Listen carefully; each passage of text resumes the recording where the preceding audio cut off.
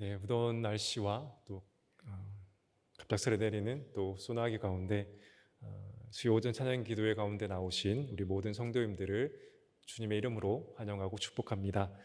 옆에 계신 분들에게 우리 잘 오셨습니다라고 우리 한번 인사하고 시작하겠습니다.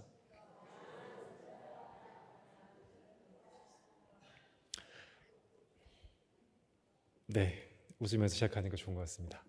네, 오늘은 시편 41편의 말씀을 가지고 복이 있는 자라는 제목의 말씀을 함께 나누기 원합니다. 오늘 우리가 함께 읽은 시편 41편은 시편 41편의 표제에서 우리가 알 수 있는 것처럼 다윗의 시편입니다. 다윗은 가난하고 힘이 없는 사람을 돌보는 사람을 복이 있는 사람이라고 말하며 오늘의 말씀을 시작하고 있습니다. 그리고 이어진 3절까지의 말씀을 통해 하나님께서 그 복이 있는 자에게, 그 복이 있는 사람에게 주시는 복은 어떤 것인가를 말하고 있습니다. 그렇다면 하나님은 가난하고 힘이 없는 자를 돌보는 그 복이 있는 사람에게 어떤 복을 주실까요? 읽을 말씀이지만 시편 41편 1절부터 3절의 말씀을 제가 다시 한번 읽겠습니다. 가난한 자를 보살피는 자에게 복이 있으며 재앙의 날에 여호와께서 그를 건지시리로다. 여호와께서 그를 지키사 살게 하시리니 그가 이 세상에서 복을 받을 것이라. 주여 그를 그 원수들의 뜻에 맡기지 마소서. 여호와께서 그를 병상에서 붙드시고 그가 누워 있을 때마다 그의 병을 고쳐 주시나이다. 하나님은 가난한 자를 보살피는 이 복이 있는 자에게 주시는 축복에 대해서 이렇게 말씀하십니다. 하나님은 그 재난이 닥칠 때 그를 구해주시고 또 하나님은 원수의 손에 그들을 맡기지 않으십니다. 물론 하나님은 우리가 욥기를 통해서 알고 있는 것처럼 때로는 우리 생각에 잠시 하나님께서 우리를 그 원수의 손에 맡기는 것과 같은 상황을 허락하실 수도 있습니다. 그러나 완전히 하나님의 자녀를 원수의 손에 맡기시지 않으십니다. 또한 병상에 누워있을 때 하나님 여전히 그와 함께 하시고 그를 회복하게 하신다라고 오늘 말씀을 통해 우리에게 말씀하고 있습니다. 이것이 가난한 자를 돌보는 복이 있는 자에게 하나님께 주시는 축복이라고 다윗은 말하고 있습니다. 그런데 오늘 시편을 읽어보면 다윗이 말하는 이 가난한 자를 돌보는 자, 그래서 복이 있는 자는 바로 다윗 자신을 말하는 것임을 우리는 알 수 있습니다. 자신이 복이 있는 자로서 다윗이 가난한 자를 돌보는 것입니다. 그래서 하나님께서 자신의 삶에 복을 주시는 것을 저와 여러분에게 오늘 말하고 있는 것입니다. 그렇다면 다윗은 어떻게 가난하고 힘이 없는 사람을 돌볼 수 있었을까요? 우린 다윗이 가난하고 힘이 없는 자를 돌봤다고 말할 때 이렇게 생각할 수 있습니다. 그는 왕이지 않았습니까? 그는 가진 것이 정말 많지 않았습니까? 제가 만일 왕이고 제가 만일 가진 것이 많다면 저도 가난하고 힘이 없는 자를 돌볼 수 있습니다라고 우리는 말할 수 있다고 생각합니다. 그런데 우리가 다윗의 삶을 보면 그는 왕이 되기 이전에도 환난당한 자와 빚진 자와 마음이 원통한 자가 다 그에게로 모였다는 것을 우리는 알 수 있습니다. 사무엘상 22장 2절에서 이렇게 말합니다. 환난당한 모든 자와 빚진 모든 자와 마음이 원통한 자가 다 그에게로 모였고 그는 그들의 우두머리가 되었는데 그와 함께한 자가 400명 가량이었더라. 사랑하는 여러분, 다윗은 그가 왕이었고 그가 가진 것이 많았기 때문에 가난하고 힘이 없는 자들을 돌본 것이 아닙니다. 다윗이 가난하고 힘이 없는 자를 돌볼 수 있었던 이유는 그가 하나님과 평생에 동행하며 하나님께 주시는 그 받은 그 은혜를 그의 마음 가운데 잊지 않고 있었기 때문입니다. 우리가 잘 아는 것처럼 다윗은 어릴 때부터 하나님과 동행하는 기쁨을 누렸습니다. 그는 하나님 앞에서 기도했고 하나님께 주시는 지혜를 구하며 살았습니다.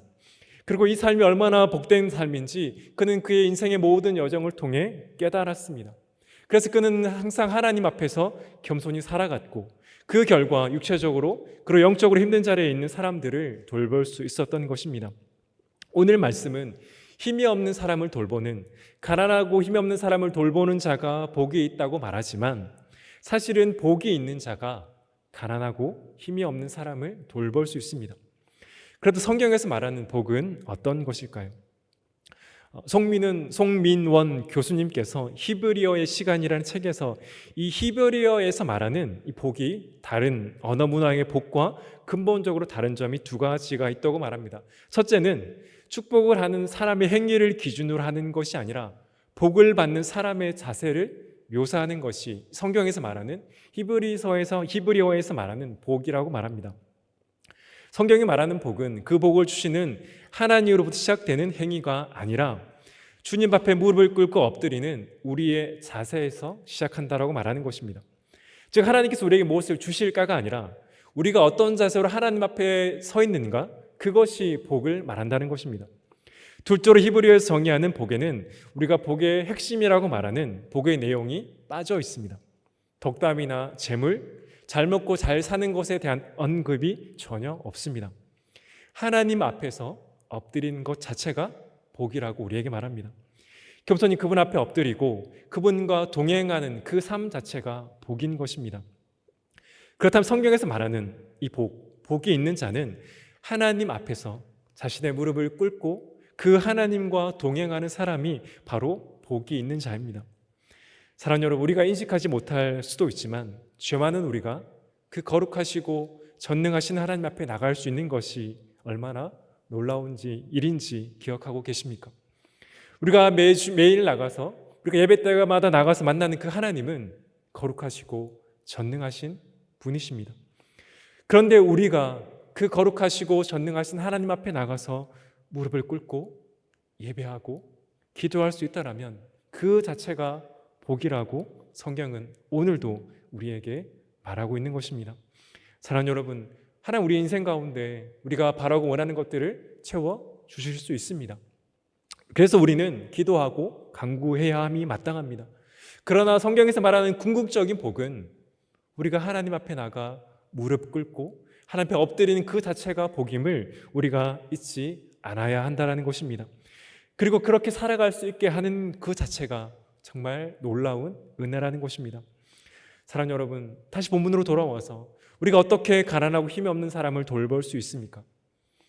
우리에게 뭔가가 채워져야만, 우리에게 어떤 부가 정말 넘쳐야만 그들을 도와줄 수 있습니까? 그렇다면 우리는 평생에 누군가를 돕지 못하다가 이 땅을 마감하게 될 것입니다. 우리가 가난하고 힘이 없는 사람을 도와줄 수 있는 이유는 저와 여러분이 오늘도 그 거룩하시고 그 전능하신 하나님 앞에 무릎 꿇고 나갈 수 있는 은혜를 받았기 때문입니다. 우리가 복받은 자로서, 우리가 하나님께 은혜 받은 자로서 지금 우리가 받은 그 복을 나누며 베풀며 살아가는 것이 가난하고 힘이 없는 자들을 돕는 것입니다. 중요한 것은 바로 지금입니다. 뭔가가 채워져야만 우리가 누군가를 도울 수 있는 것이 아닙니다. 모든 것이 채워졌을 때는 그때는 또 그 분량의 만큼의 도와줄 수 있는 것들이 우리에게 생길 것입니다. 그러나 하나님께서 우리에게 원하는 것은 지금 내가 받은 복, 지금 내가 하나님 앞에 나가서 무릎 꿇고 나갈 수 있는 그 복을 받았다라면 지금 힘이 없고 어렵고 육적으로뿐 아니라 영적으로 도움이 필요한 자들에게 나가서 그 복을 나누며 베풀며 살아가기를 하나님은 저와 여러분에게 원하신다는 것입니다. 사랑하는 여러분, 하나님 앞에 나가 무릎 꿇고 기도하고 계십니까? 그리고 그 하나님께서 저와 여러분과 동행하심을 믿으십니까? 그렇다면 저와 여러분은 복 있는 사람입니다. 이 진리를 믿으시기를 간절히 소원합니다. 우리 건강이 채워지고 우리에게 물질이 채워지고 세상 사람들이 원하는 그 명예와 권력이 채워져야만 우리가 복이 있는 자가 아닙니다. 성경에서 말하는 것처럼 우리가 하나님 앞에 나가 무릎 꿇고 기도할 수 있고 그 하나님께서 우리와 동행하시고 계시다면 바로 성경은 하나님은 저와 여러분에게 바로 내가 복된 자라고 말하는 것입니다. 사랑하는 여러분, 우리는 복이 있는 자인 줄 믿습니다. 우리는 복이 있는 자로서 하나님께서 우리에게 베풀어 주신 그것을 가지고 지금 누군가를 도우며 살아가기를 하나님께서 원하신다는 것입니다. 이 은혜가 저와 여러분 삶 가운데 있기를 간절히 소원합니다. 계속되는 말씀을 보면 이 가난하고 힘이 없는 사람을 돌본, 그래서 복이 있는 자인 다윗이 이제는 어려움을 당합니다. 1절 3절의 말씀을 보면 다윗이 가난하고 힘이 없는 자를 돌보았는데 이제는 그 다윗이 누군가의 도움이 필요한 상황이 된 것입니다.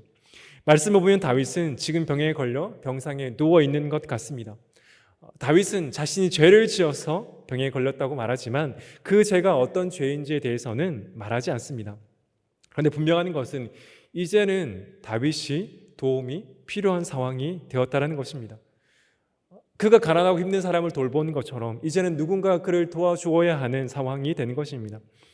그렇다면 지금 다윗 주위에 있는 사람들은 다윗을 어떻게 대하고 있습니까? 다윗의 어려움을 들어주고 다윗처럼 그들도 다윗을 돌보고 있습니까? 다윗 주위에 있는 사람들은 어떻게 반응하고 있을까요?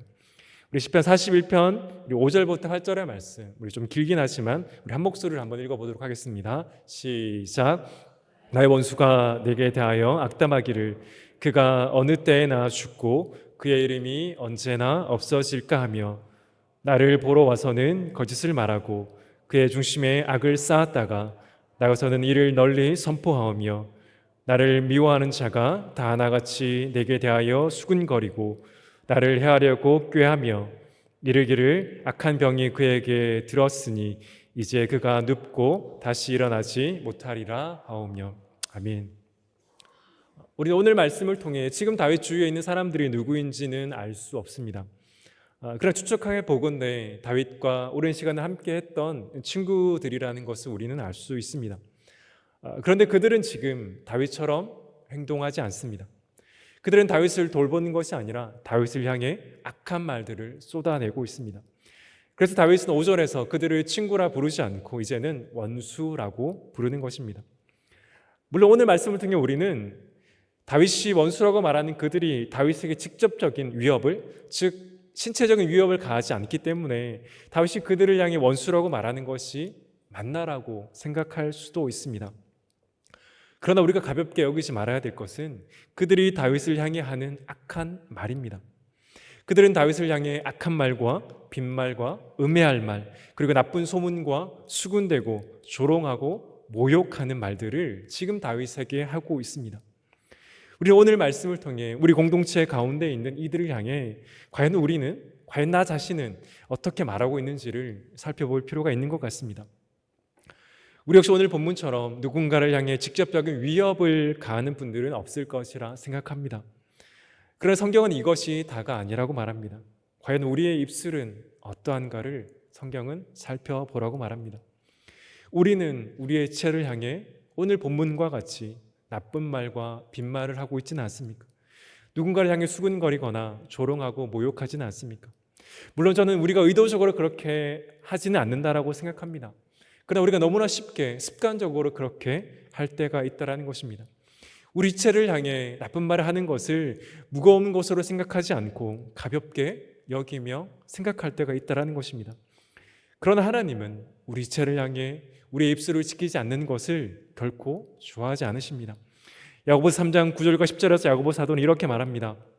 이것으로 우리가 주 아버지를 찬송하고 또 이것으로 하나님의 형상대로 지음을 받은 사람을 저주하나니 한 입에서 찬송과 저주가 나오는도다.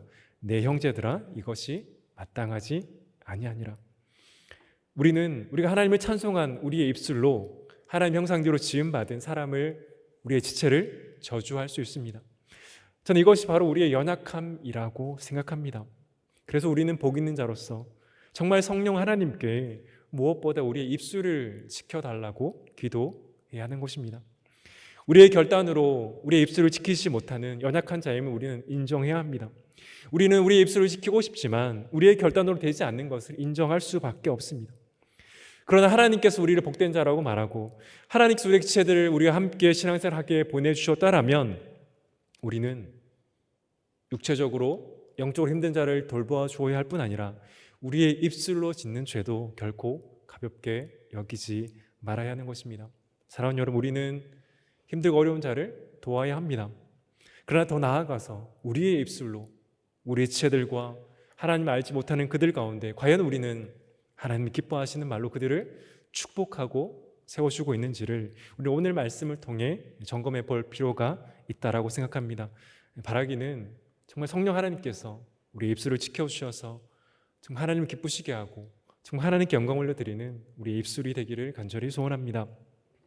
계속해서 이어지는 말씀을 보면 다윗은 자신의 공동체가 이제는 자신을 향해 악한 말을 하는 것을 넘어서 이제는 자신의 가장 가까운 친구에게 배신을 당하는 상황까지 나아가게 됩니다. 우리 시편 41편 9절의 말씀을 우리 한 목소리를 한번 읽어보도록 하겠습니다. 시작. 내가 신뢰하여 내 떡을 나눠 먹던 나의 가까운 친구도 나를 대적하여 그의 발꿈치를 들었나이다. 아멘. 사실 다윗에게 닥친 이 상황은 정말 오지 않았으면 하는 최악의 상황입니다.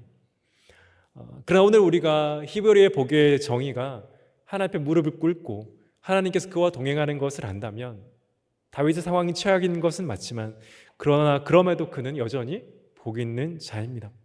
지금 다윗이 처해 있는 상황은 최악의 상황이 맞지만 여전히 하나님께서 그와 함께 하시기에 여전히 그는 복이 있는 자가 맞습니다. 그러나 그럼에도 그의 마음과 그의 육체는 결코 쉽지 않은 것도 사실입니다. 우리는 오늘 다윗이 처해 있는 상황을 정확하게 알 수는 없지만 다윗의 아들 압살롬이 다윗을 배반한 상황을 우리는 생각할 수 있습니다. 오늘 본문처럼 다윗과 함께 그의 상에서 밥을 먹었던 그의 아들 압살롬이 다윗을 배반합니다. 그렇다면 그때 다윗은 어떻게 합니까? 자신의 친구들의 원수가 되고 자신의 아들이 자신을 배반하는 것과 같은 그 최악의 상황 가운데 다윗은 어떻게 하고 있습니까? 다윗은 어떻게 했습니까? 다윗은 그때 시편 41편 4절과 10절에서 이렇게 기도했습니다. 주여 여호와여 내게 은혜를 베푸소서. 그런데 다윗의 이 기도는 지금 이 상황에서만 할 수 있는 특별한 기도가 아닙니다. 저는 다윗이 하나님 내게 은혜를 베풀어 달라는 이 기도를 그의 평생에 했을 것이라고 확신합니다. 우리의 삶에는 항상 은혜가 필요하기 때문입니다. 그렇다면 지금 위기의 상황 가운데 최악의 상황 가운데 다윗은 어떻게 그의 일상과 동일하게 그 하나님께 이렇게 기도할 수 있었을까요? 뭔가 특별하게 달라진 기도가 아니라 그가 평안할 때나 그가 최악의 상황일 때나 어떻게 다윗은 똑같이 여호와여 내게 은혜를 베푸소서라고 기도할 수 있었을까요? 지금 다윗이 하나님께 여호와여 내게 은혜를 베푸소서라고 기도할 수 있었던 이유는 다윗을 지금까지 신실하게 인도하신 그 하나님께서 지금도 자신의 삶을 신실하게 인도하실 것에 대한 분명한 확신이 있었기 때문입니다. 예레미야 29장을 보면 하나님께서 예레미야 선지자를 통해 유다 백성에게 그들을 향한 하나님의 생각이 재앙이 아니라 평안이라고 하는 장면이 나옵니다. 예레미야 29장 11절입니다. 여호와의 말씀이니라 너를 향한 나의 생각을 내가 아나니 평안이요 재앙이 아니니라 너에게 미래와 희망을 주는 것이니라. 우리가 지금 새벽 말씀 기도의 시간 가운데 예레미야 말씀을 살펴보고 있습니다. 하나님께서 지금 예레미야 선지자를 통해 유다 백성들에게 내가 너희를 향한 나의 생각은 재앙이 아니라 평안이라고 말합니다.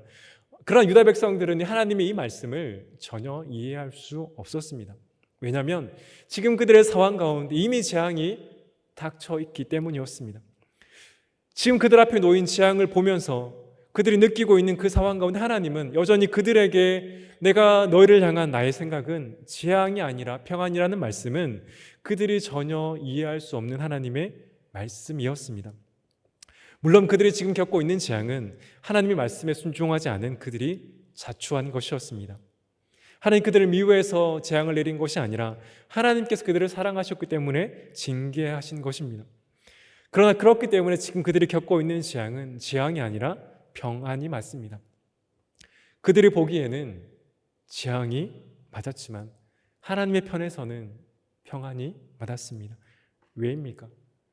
하나님께서 그들을 사랑하시기 때문에 그들을 징계하신 것이기 때문입니다. 결국 그들을 회복하기 위해 하나님께서 그들에게 재앙을 내리신 것입니다. 사랑하는 여러분, 하나님께서 우리의 삶을 신실하게 인도하신다는 것은 지금 우리의 삶에 어떤 일이 일어나도 내가 예상치 못한, 전 이해하지 못한 일이 일어나도 저와 여러분을 향한 하나님의 사랑은 결코 실패할 수 없다는 것입니다. 하나님께서 우리의 삶을 가장 선하게 인도하신다는 것입니다. 우리의 생각에, 우리의 방법에 그러하지 않을지라도 하나님의 방법이 가장 좋은 것입니다. 사랑하는 여러분, 다윗은 하나님께서 신실하시다라는 이 진리를 분명히 믿었습니다. 그렇기 때문에 그는 평안할 때나 최악의 상황에나 동일하게 주님 저에게 은혜를 베풀어 주십시오라고 기도했던 것입니다. 사랑하는 여러분, 지금 어떤 상황 가운데 있습니까? 우리가 생각하지 못한 고난과 박해와 어려움이 있습니까? 그래서 과연 하나님은 나의 삶에 계신 것이 맞는가라는 생각을 하신 분들이 계십니까? 사랑하는 여러분, 그때 우리는 잊지 말아야 될 것은 하나님은 여전히 신실하시다라는 분명한 진리입니다. 지금 저와 여러분의 삶에 어떠한 일이 일어나도 저와 여러분을 향한 하나님의 사랑은 결코 실패할 수 없다는 것입니다. 또는 우리의 친구가 원수로 변할 수 있습니다. 다윗처럼 우리의 가족이 우리를 배반한 것과 같은 정말 최악의 상황이 우리의 상황 가운데 닥칠 수도 있습니다. 그러나 하나님은 저와 여러분을 버리실 수 없습니다. 하나님은 우리를 포기할 수 없습니다. 왜입니까? 하나님께서 저와 여러분을 너무나 사랑하시기 때문입니다. 우리를 사랑하시는 그 하나님이 우리의 삶을 가장 선하게 인도하신다는 것, 성경이 저와 여러분에게 말하는 분명한 진리라는 것을 우리가 잊지 않으시기를 간절히 소원합니다. 그런데 오늘 우리는 다윗이 오늘 본문 가운데 가졌던 이 확신과는 비교할 수 없는, 그 구약의 믿음의 사람들이 가졌던 확신과는 비교할 수 없는 확신이 저와 여러분에게 있습니다. 그것이 무엇입니까? 우리는 오늘 본문의 다윗처럼 자신의 가장 친한 친구에게 배반을 당하신 분을 알고 있습니다. 다윗이 자신의 상에서 함께 밥을 먹던 그 아들에게 배반당한 것처럼 우리 구주 되시는 예수 그리스도께서 자신의 제자에게 배반당하셨습니다. 예수님은 오늘 본문에서 다윗이 자신의 아들에게 배반당하는 것처럼 자신의 제자 유다에게 배반을 당하십니다. 요한복음 13장 21절입니다. 예수께서 이 말씀을 하시고 심령이 괴로워 증언하여 이르시되 내가 진실로 진실로 너에게 이르노니 너희 중 하나가 나를 팔리라 하시니. 그런데 오늘 본문과 우리 주님의 삶이 다른 것이 무엇입니까? 예수님과 다윗은 동일하게 자신의 가장 친한 친구와 제자에게 배반을 당하는 것은 맞습니다. 그러나 다윗은 자신의 아들이 배반할 것을 몰랐습니다. 그러나 예수님은 우리가 아는 것을 이미 알고 계셨습니다. 그럼에도 유다가 자신을 배반하여 자신을 팔도록 허락하십니다. 미리 알고 계셨지만 허용하신 것입니다. 나아가 다윗은 자신의 친한 친구가 자신을 배반할 때 하나님께 이렇게 기도했습니다. 하나님, 제가 원수를 갚게 해 주십시오. 하나님, 그들이 제 앞에서 화나지 못하게 그들의 입을 막아 주십시오. 주님, 저를 지켜주시고 저를 세워주십시오라고 다윗은 그들의 친구가 원수로 변하고 자신의 가장 친한 친구가 배반할 때 하나님께 이렇게 간절히 기도했습니다. 우리 역시 다윗과 같이 이렇게 기도할 수밖에 없습니다. 그러나 예수님은 다윗처럼 기도하지 않으셨습니다. 예수님은 그렇게 기도할 수 있으셨을 뿐 아니라 자신이 하나님이시기 때문에 스스로 그렇게 하실 수 있으셨습니다. 그러나 예수님은 그렇게 하지 않으셨습니다. 원수들이 환호하고 조롱할 때도 참으시고 도리어 그들을 용서하셨습니다. 사랑하는 여러분, 왜 예수님께서 그렇게 하셨습니까? 왜 하나님이신 예수님께 다윗처럼 기도하지 않으셨습니까? 왜 예수님 자신의 제자 유다가 자신을 팔 때, 자신을 배반할 때 그 모든 것을 아셨지만 허용하셨습니까? 그 이유는 바로 이곳에 있는 저와 여러분 때문이 아닙니까?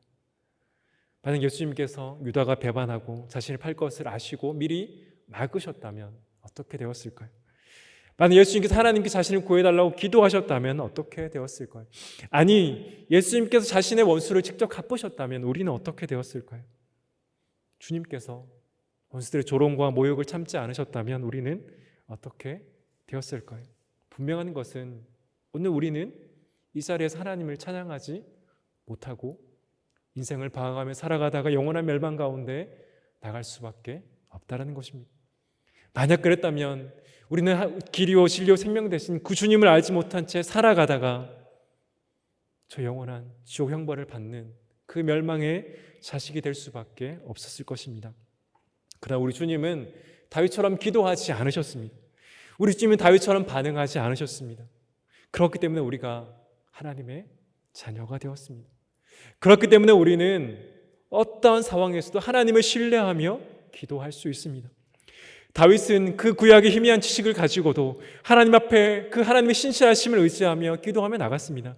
그러나 오늘 우리는 그 다윗이 가졌던 확신과 비교할 수 없는 그 예수 그리스도의 그 십자가의 확신이 우리의 심령 가운데 있다라는 것입니다. 우리가 고난을 당할 때 사단이 우리를 속일 때 그래서 우리는 어떻게 해야 됩니까? 우리는 그때 그 사단의 속삭임에 귀를 기울이는 것이 아니라 우리를 위해 참으시고 우리 위해 배반당하시고 우리 위해 자신의 목숨을 내어주신 그 십자가 앞에 나가야 하는 것입니다. 그때 우리는 우리 구주 예수 그리스도의 그 은혜 때문에 하나님의 신실하심을 의심하시는 것이 아니라 분명히 붙잡고 오늘도 나아가게 될 줄 믿습니다. 사랑하는 여러분, 이 자리 가운데 다윗이 겪은 것과 같은 친구가 우리를 배반하고 우리의 가장 친한 이들이 우리를 배반한 것과 같은 그 상황 가운데 있는 분들이 있습니까? 그때 우리는 다윗처럼 기도해야 합니다.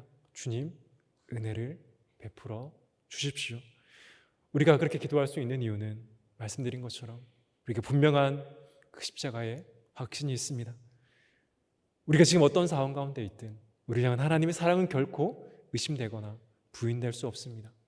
우리 향한 하나님 아버지의 사랑은 그 예수 그리스도의 그 십자가 앞에 분명히 드러나 있는 것입니다. 사랑하는 여러분, 우리가 오늘 말씀을 통해 나누는 것처럼 성경이 말하는 복은 하나님 앞에 무릎을 꿇는 그 자세, 그 하나님과 동행하는 것이 복입니다. 성경은 다른 것을 복이라고 말하지 않습니다. 물론 우리는 여전히 이 땅을 살아가기 때문에 일용할 양식을 구해야 합니다. 예수님도 우리에게 일용할 양식을 구하라고 했습니다. 그러나 그것이 예수님의 자리를 차지할 수는 없습니다. 성경이 말하는 진정한 복은 우리가 지금 이 순간에도 하나님과 함께하고 그 거룩하시고 전능하신 하나님 앞에 나갈 수 있는 것입니다. 이 땅을 살아갈 때 우리의 삶에는 여전히 어려움이 있을 것입니다. 오늘 본문에 다윗처럼 어려움을 겪을 때도 있고 때로는 어려움을 당한 자를 보게 될 때도 있습니다. 우리가 어려움을 당했다라면 그때 말씀드린 것처럼 우리는 십자가 앞에 나가야 합니다. 그 십자가 앞에서 우리의 삶을 가장 신실하게 인도하시는 그 하나님이 지금도 우리의 삶을 선하게 인도하실 것을 믿음으로 나가야 합니다. 우리가 어려움을 당한 자를 볼 때는 다윗처럼 그들을 위해 기도하며 도와야 합니다. 그것이 복된 삶을 살아가는 저와 여러분에게 하나님이 원하시는 삶임을 우리가 기억하기를 간절히 소원합니다. 사랑하는 성도 여러분, 우리는 복이 있는 자가 맞습니다. 우리의 건강과 우리의 명예와 우리의 권력과 우리의 물질이 채워져야 복이 있는 자가 아니라 하나님 우리와 함께 하시고 우리가 예수 그리스도를 믿으면 하나님의 자녀가 되었기에 우리는 복이 있는 자가 맞습니다. 정말 복된 자로서 그 복을 누리시기를 간절히 소원합니다. 그 복을 누리실 뿐 아니라 그 복을 나누며 베풀며 살아가시는 그 귀한 은혜가 저와 여러분 삶 가운데 있기를 예수 그리스도 이름으로 간절히 축원합니다. 이 시간 말씀을 기억하며 함께 기도하길 원합니다.